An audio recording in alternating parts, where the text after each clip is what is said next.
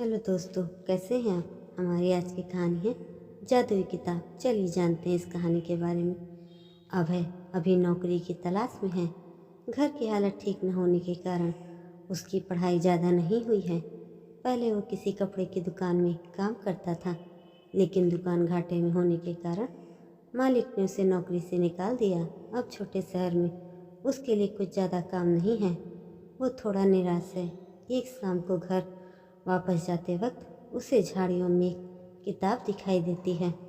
वह किताब को उठाकर देखता है और उसके कवर पर ही लिखा होता है कि जो कोई यह किताब खोलेगा, यह किताब चमत्कारी रूप से उसके जीवन को बदल देगी। अभय को पहले तो यकीन नहीं होता है, लेकिन फिर भी वो उसे घर ले जाता है।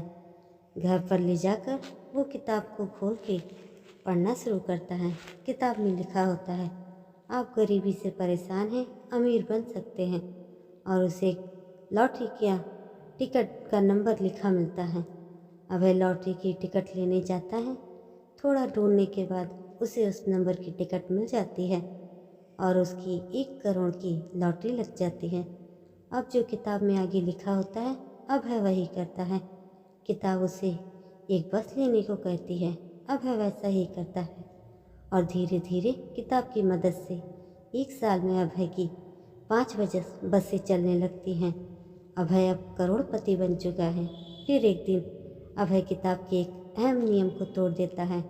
किताब की शर्त थी कि उसे रोज एक बार खोलकर पढ़ा जाए। अभय पैसों के नशे में एक दिन किताब खोलना भूल जाता है। फिर जब अगले दिन अभय किताब को खोलता है तो किताब की शर्त न मानने की वजह से किताब उसे दंड स्वरूप उसकी आधी दौलत दान करने को कहती है। वो भी 2 दिन के भीतर। अभय को लालच आ जाता है। वो किताब की बात नहीं मानता है।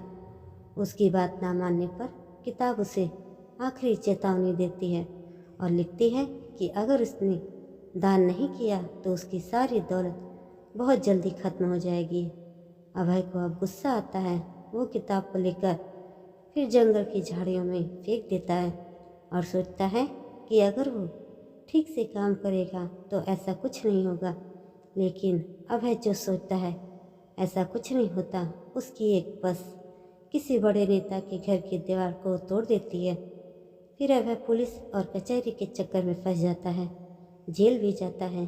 धीरे धीरे किताब ने जो बोला वो होता है। अभय फिर अपनी पहली सी हालत में लौट आता है। अभय उस किताब को खोजने फिर जाता है, लेकिन उसे वो किताब नहीं मिलती। शायद वो किसी और का भविष्य बदल रही होगी।